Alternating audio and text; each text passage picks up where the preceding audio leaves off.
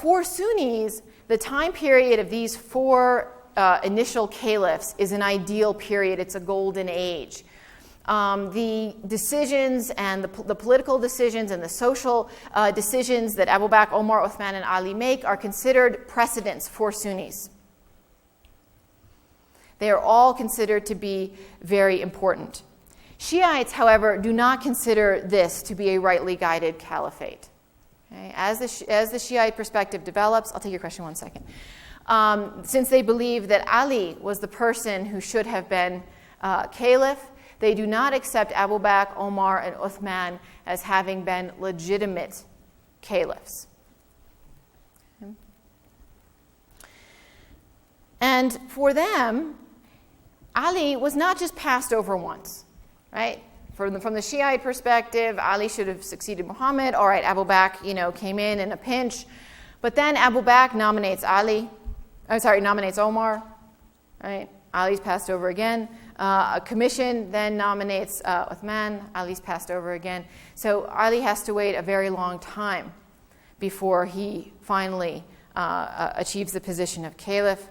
But Ali, for the record, did not openly oppose any of these three predecessors after he gives his allegiance to Abu Bakr. In fact, he was good friends with them. He helped them. He tried to, when they came to him for advice, he tried to give them good advice.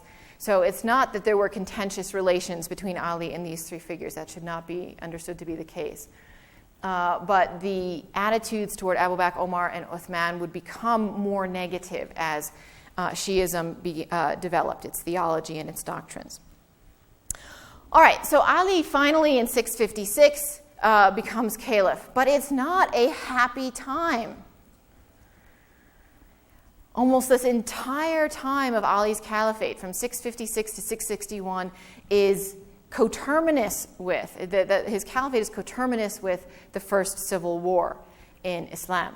It begins almost immediately after he becomes caliph, and the war only ends with Ali's assassination in 661, and in between, it was a series of groups of people who rebel against Ali's authority.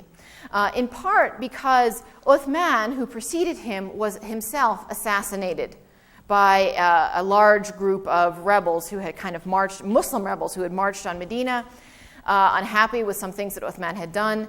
Eventually, Uthman is assassinated, and since it was such a large mob that was surrounding his house, it wasn't entirely clear who assassinated him.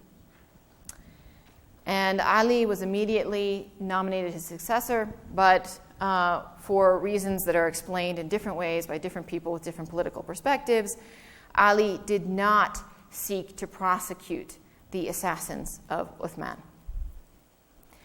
And for this reason, many people rebelled against Ali's authority.